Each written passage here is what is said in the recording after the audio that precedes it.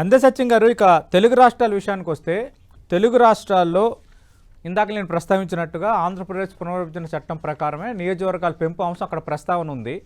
రెండు తెలుగు రాష్ట్రాల నుంచి ఎప్పటి సందర్భం వచ్చినప్పుడల్లా నేతలు అడుగుతూనే ఉన్నారు.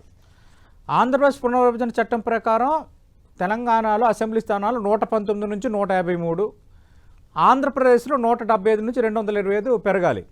కానీ ఇప్పుడున్న ఈక్వేషన్లో ఇంకా ఎక్కువగానే పెరుగుతున్నాయి. ఈ రెండు తెలుగు రాష్ట్రాలకి ఇది ఎంతవరకు ప్లస్, ఎవరికి లాభం ఎవరికి నష్టం కలగొచ్చు దీనివల్ల? ఇప్పుడు యాంత్రికంగా 50% అన్నారు కాబట్టి మళ్ళీ ప్రత్యేకంగా ఆంధ్రప్రదేశ్ తెలంగాణ గురించి వేరే ఈక్వేషన్ ఆలోచించకపోవచ్చు.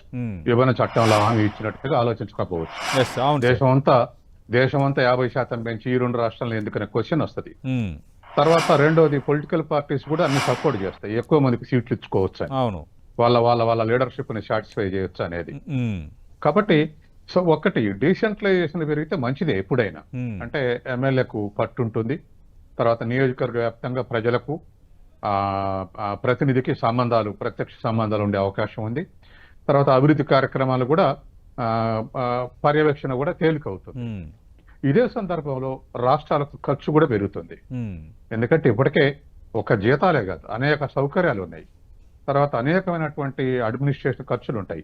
ఉదాహరణకి ఇప్పుడు 33 జిల్లాల కలెక్టరేట్లు కట్టారు. అవును, 33 జిల్లాల్లో ఎస్పీ పోస్టులు, కలెక్టర్ పోస్టులు, యంత్రాంగం ఇవన్నీ ఉంటాయి. రేపు అసెంబ్లీ వస్తే కూడా వాటికి కూడా ఈ ఎస్టాబ్లిష్మెంట్ చేయాల్సి వస్తుంది, ఇన్ఫ్రాస్ట్రక్చర్ అంతా క్రియేట్ చేయాల్సి వస్తుంది.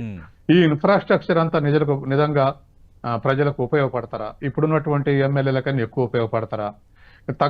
సైజు తక్కువ చేసినంత మాత్రాన పర్యవేక్షణ ఎక్కడ చేస్తారా? ఇప్పుడు ప్రజలతో కలిసి ఉండేటువంటి ఎమ్మెల్యేలకు ఎక్కువ ప్రత్యక్ష సంబంధాలు ఉన్నాయి.